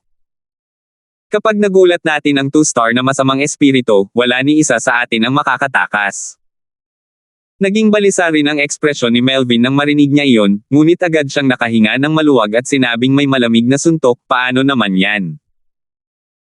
Hindi ako naniniwala na ang batang yan ay nangahas na pumasok sa kailaliman ng kuweba ng hari ng mga multo. Sige na. Walang magawa ang gabay na iyon at tanging ang kuweba ng hari ng mga multo lamang ang nakapasok. 5 tao rin ang hindi pa nakapasok sa kuweba ng hari ng mga multo ni Liam noon. Ang lugar na ito ay pawang ipinagbabawal na lugar para sa mga martial artist na pantao. Kaya pagpasok, 5 tao mula sa Liam ang mabilis na tumakbo nang hindi napapansin ang direksyon. Pero ang ikinagulat nila ay sa kanilang paglalakbay, wala man lang silang nakitang kahit isang masamang espiritu. Hindi rin nila alam kung gaano katagal sila tumakbo, bigla nilang nakita ang isang figure sa unahan, kasalukuyang nakaupo nang nakakross ang mga paa. Kuya, yung batang iyon.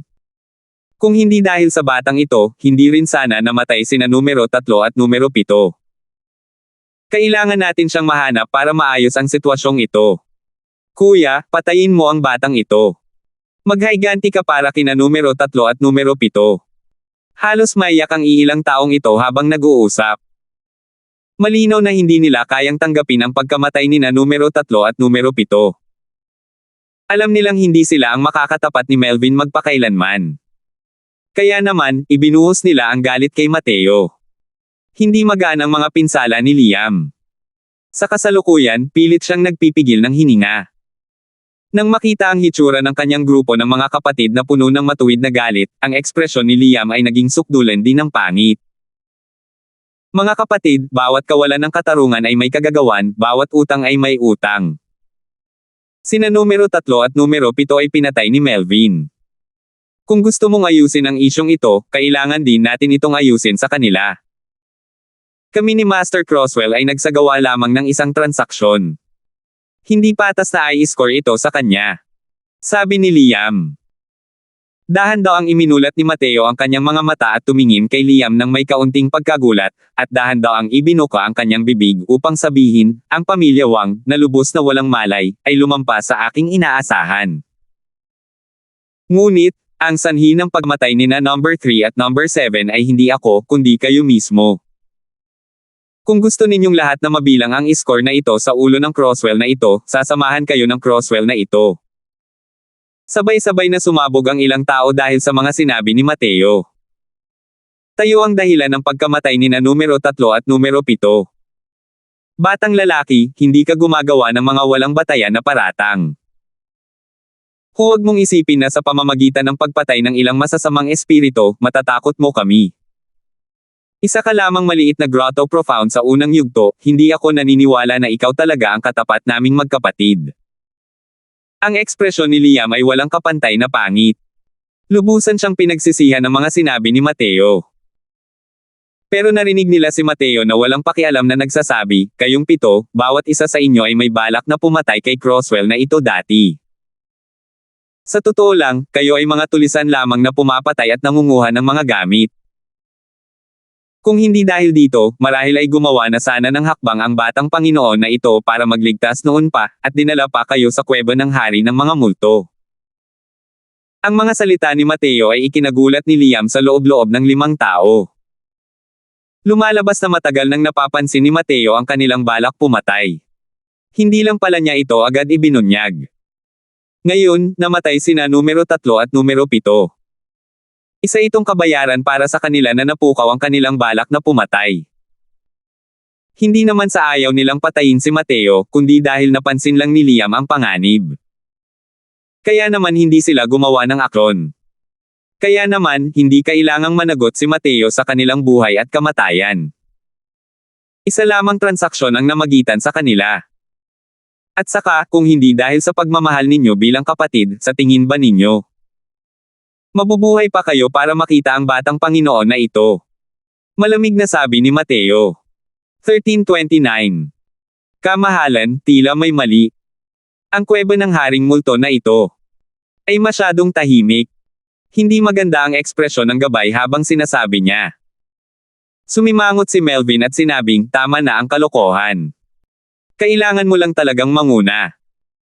Hindi ako naniniwala na kaya pa rin palang baligtarin ng batang yan ang kalangitan. Hindi na kailangan ng gabay para magbabala, paanong hindi malalaman ni Melvin na may mali. Palagi silang nagbabantay pagpasok sa kuweba ng haring multo. Ngunit sa daan, wala man lang silang nakasalubong na masamang espiritu. Dahil ang Ghost King Cave ay isa sa mga pinakadelikadong lugar ng Yin Wind Den, dapat ay maraming masasamang espiritu doon. Naramdaman din ni Yogen na nanindig ang lahat ng balahibo sa kanyang katawan nang hindi niya mapigil ang sabihin, pangalawang kapatid, mas mabuting umatras na. Hanggat binabantayan natin ang pasukan, matatakot pa rin ba tayo na hindi lalabas ang bata? Ang mungkahi ni Yogen ay nagpabilis din ng tibok ng puso ni Melvin sa pananabik. Kung isugil niya ang buhay niya at magkulong na lang dito sa loob at hindi lalabas. Tanong ni Melvin. Nang marinig ng gabay na naantig si Melvin, dali-dali niyang sinabi, imposible. Kahit ang engranding pagtatapos ng Grotto Profound Powerhouse ay tatagal lamang ng hindi hihigit sa 1 taon dito. Kung mas matagal pa, ang enerhiyang yin dito ay kakalawagan ang malalaman na katawan at magdudulot ng matinding pinsala sa pisikal na katawan. Kung banayad, mapipinsala nito ang pundasyon ng Marshall daw. Kung malala, magiging bangkay ng yin ang isa.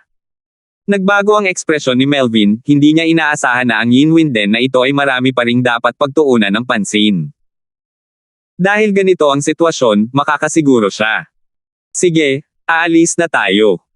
Medyo kumakabog din ang puso ni Melvin habang sinasabi niya. Ngunit nang tatalikod na sila at atras na sana, biglang lumakas ang hanging yin. Woo! Woo! Sa buong paligid, walang ideya kung saan nagmula ang tambak-tambak na masasamang espiritu, lahat ay nasa late stage 1 star. Kung titingnan ang mga numero, malamang hindi bababa sa 1,000 ang mga iyon.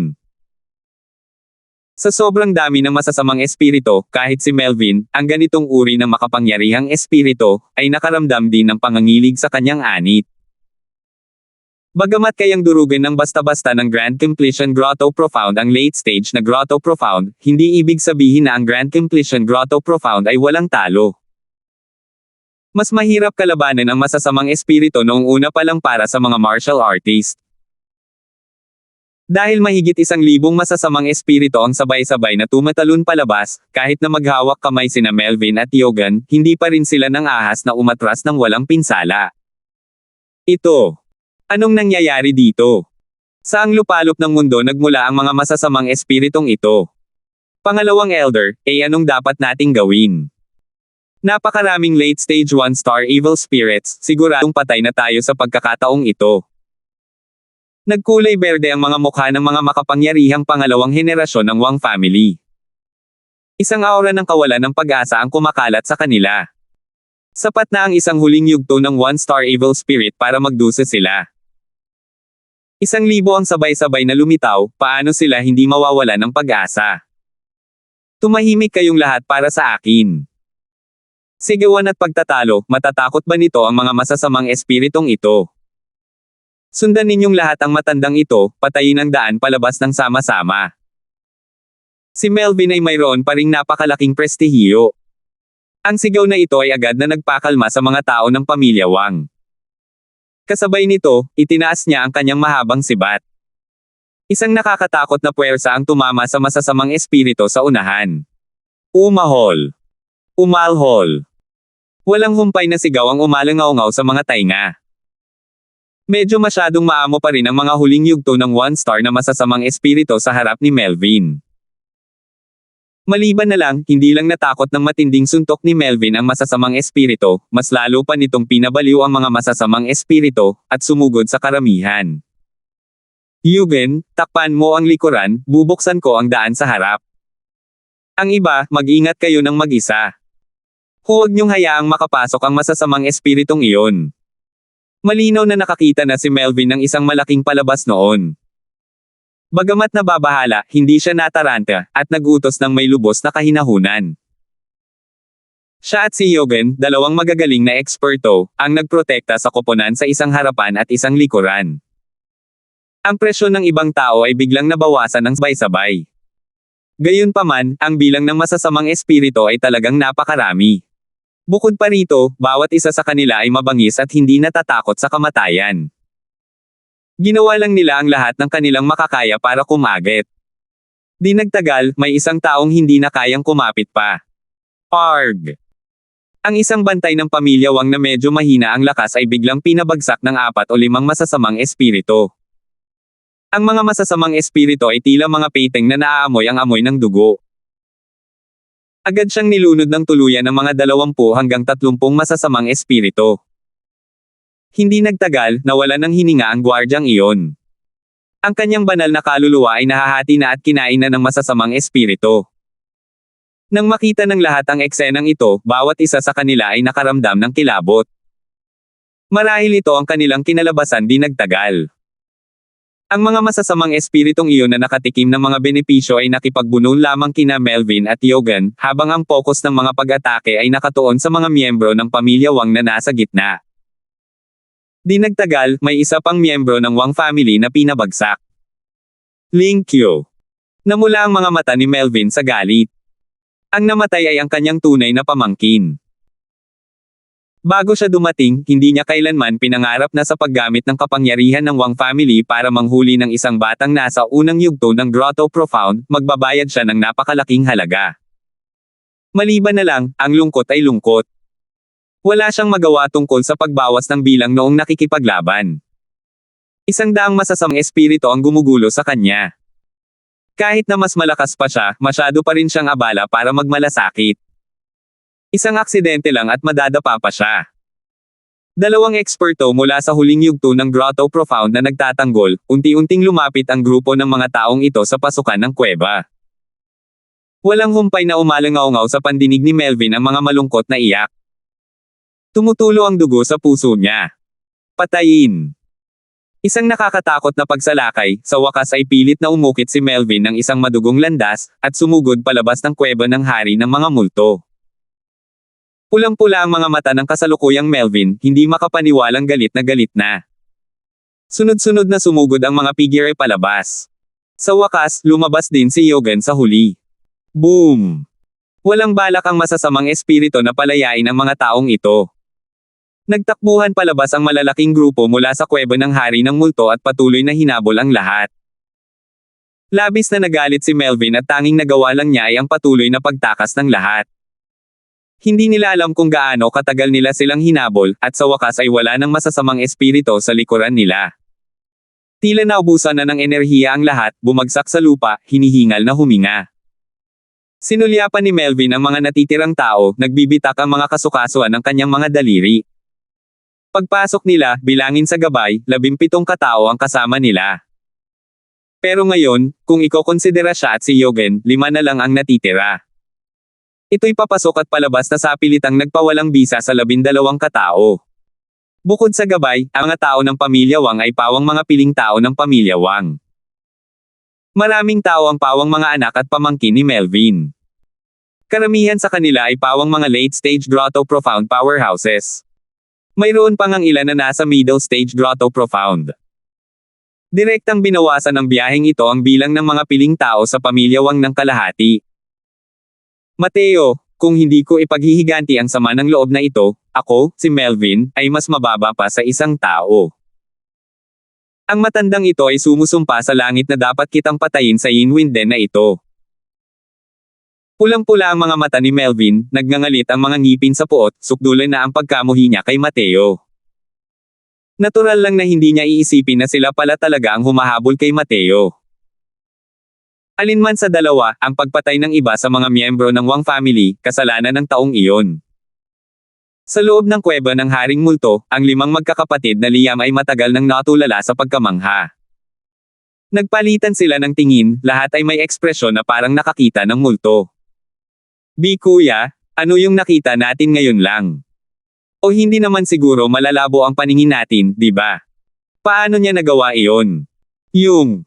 Yung mga 1,000 late-stage 1-star evil spirits. Siya. Kaya niya talagang utusan ang mga late-stage 1-star evil spirits." Tiningnan ni Liam si Mateo na kasalukuyang nagmumuni-muni, ang kanyang mga titig ay puno ng matinding pag-aalala. Ngayon lang nila nasaksihan ang tunay na lakas ni Mateo. Para kay Mateo na gustong patayin sila, parang baligtarin lang niya ang palad niya. 30-30. Kay kamahalan, dati, nainsulto na kami. Kamahalan, huwag po sana kayong magdamdam. Ikinuyom ni Liam ang kanyang mga kamao at magalang na sinabi. Basang-basa na ng malamig na pawis ang kanyang likod, ramdam ang mabilis na pagtibok ng puso dahil sa takot at saya. Mabuti na lang at hindi siya naging kaaway ni Mateo. Kung hindi, ang 7 magkakapatid na namatay ay hindi lang si number 3 at number 7. Nang kinubkob ng 1,000 late-stage 1-star evil spirit si Melvin, nakamasid si Liam mula sa labas. Ang kamangha-manghang tagpong iyon ang nagpahirap sa kanya na kalimutan ang buong buhay niya. Kalimutan na natin ang nangyari kay Melvin, kahit si Liam, ang manunood na ito, ay nakaramdam ng pangangilig sa kanyang anit. Ngunit nang makita ang mga tao ng pamilya Wang na isa-isang nabubuwal, labis na natuwa si Liam. Masyadong mapangapi ang mga tao ng pamilya Wang, kaya walang pakundangang pinatay ang 2 sa kanyang mga kapatid. Nararapat lang na magkaroon sila ng ganitong uri ng kahihinatnan. Dahan daw ang iminulat ni Mateo ang 2 mata at walang pakialam na sinabi, hindi naman sa nag-aasar, pero hanggat hindi ninyo ginagalit ang batang Panginoong ito, natural lang na hindi kayo hahanapan ng gulo ng batang Panginoong ito. Noong una, gusto ko sanang hayaan kayong lahat na magpatakbo ng sarili ninyong landas nang walang panghihimasok mula sa labas, pero dahil sa lalim ng nararamdaman ninyong magkapatid, handang tumulong sa isa't isa kahit na ikakamatay ninyo, kaya ako gumawa ng hakbang. Palaging binabantayan ni Dustless ang bawat galaw at kilos sa paligid. Hindi niya maitago ang mga nangyayari sa labas ng Ghost King Cave. Akala ko noong una ay ganoon lang talaga ang nararamdaman ng magkapatid na Yinwind 7 heroes, ng mga sakam na ito. Pero hindi niya inaasahan na si Liam, pati na rin sina number 3 at number 7, ay talagang ganoon katapat. Nakaramdam si Mateo ng biglaang pag-indak. Kaya naman pinapasok niya sila. Matapos masipsip ni Dustless ang ilang masasamang espiritu, bumuti ng husto ang kanyang kalagayan ng sabay-sabay. Lihim na napanganga si Mateo dahil sa kanyang mga pamamaraan. Ginaya ni Dustless ang mga alon ng isang malaking kumpletong one-star evil spirit na may sekretong, at inuutusan ang mga huling yugto ng one-star evil spirit na kubkuban ang mga tao ng Wang family. Para sa isang huling yugto ng one-star evil spirit, ang isang malaking pagtatapos. Ang one-star evil spirit ay isang ganap na soberano. Ang mga one-star na masasamang espiritu ay walang katalinuhan. Kumikilos sila batay lamang sa kanilang sariling likas na ugali. Kaya naman, hanggat nangangahas si Melvin na pumasok sa kuweba ng hari ng mga multo, ang magiging resulta ay talagang magiging kaawa-awa. Opo, opo, opo, kamahalan. Dati, kaming iilan lang ay gumagawa ng katangahan. Masyadong malakas ang pamilya Wang, kaming magkakapatid na iilan ay walang pag-asang makapaghiganti, kaya naman ililihis namin ang puot sa inyo. Sana ay mapatawad kayo ng kamahalan. Sabi ni Liam. Sumulyap si Mateo sa kanya at sinabing, sa totoo lang, hindi ko rin inakalang magiging ganito kawalang malay ang pamilya Wang. Dahil lang sa pagiging gabay ko kayo, ibinuhos nila ang kanilang galit sa inyong lahat. Pero ang pamilya Wang, ang batang Panginoong ito, tiyak na aalisin ang kanilang mga pangalan sa Jewel City. Kung susunod sa akin ang ilan sa inyo, magkakaroon ng pagkakataong maghayganti para sa inyong mga kapatid sa hinaharap. Nagliwanag ang mga mata ni Liam, at masayang sinabi niya, isang karangalan para sa amin na handa kayong tanggapin kami. Iilan sa aming mga kapatid ang handang ibagsak ang aming mga utak sa lupa at sundan ang inyong kamahalan hanggang kamatayan. Sumenya si Liam sa kanyang mga kapatid gamit ang isang sulyap at nagpatira pa. Tumanggo si Mateo at sinabing, kayong mga sumusunod sa batang Panginoong ito, natural lang na hindi mawawala ng pakinabang ang batang Panginoong ito. Hindi lang talaga kayang tiisin ng batang Panginoong ito ang anumang pagkakamali at paglabag. Kung gusto pa rin ninyong magkaroon ng anumang maruruming ideya tulad ng dati, huwag ninyong sisihin ang batang Panginoong ito sa pagiging walang awa. Nabahala si Liam at dali-daling sinabi, huwag kayong manggahas, huwag kayong manggahas. Ang pagkamatay ni na numero 3 at numero 7 ay nagturo sa tiyang na ito ng isang malalim na antas. Sa kasalukuyan, ang tanging hangad lang ng tiyang na ito ay personal na patayin si Melvin na walang hiya at maghayganti para sa numero 3 at numero 7. Ibubuka na sana ni Mateo ang bibig niya at magsasalita nang biglang naging malungkot ang ekspresyon ng mukha niya. Nagbago rin ang ekspresyon ng mukha ni Liam para siyang tinatitigan ng isang makamandag na ahas. Sa paligid nila, isang serye ng malalakas na aura ang lumitaw na nakapalibot sa anim sa gitna. Mahusay na pagtatapos, mga one-star na masasamang espiritu. Kamahalan, ito. Anong gagawin dito? Bulalas ni Liam. Ang dating malaking labanan ay sa wakas ay ginulat pa rin ang mga makapangyarihang nilalang na ito. Pareho sa mga martial artist na tao, ang Grand Completion one-star, na may ganitong antas ng masasamang espiritu, ay hindi madaling harapin. Bigla, isang kakaibang bagyong vortex ang kumalat, si Mateo ang nasa sentro. Ang mga huling yugto ng one-star na masasamang espiritu ay hindi sinasadyang hinigop sa vortex, at sa wakas ay nasipsip din ni Mateo. Ang 1,000 late-stage one-star evil spirits ay walang kahit kaunting resistensya, direktang naging pagkain ni Dustless. Nang makita ang eksenang ito, ang mga mata ni Liam at ng iba pa ay nakatitig na parang malalapad na platito. Bagamat hindi kayang kontrolin ang 1,000 masasamang espiritu, nilamon naman ni Mateo ang 1,000 masasamang espiritu. Nakakatakot talaga ito. Siya. Hindi ba siya takot na patayin ang sarili niya sa sobrang kalasinggan? Si Liam at ang iba pa ay naglibot-libot dito nang hindi bababa sa ilang daang taon. Ngunit ngayon lang sila nakakita ng isang taong nang-ahas na harapin ang masasamang espiritu sa ganitong paraan. Ang mga ordinaryong martial artist, kahit ang mga Grand Completion na Grotto Profound martial artist, ay hindi rin nang-ahas na lumunin ng masamang espiritu.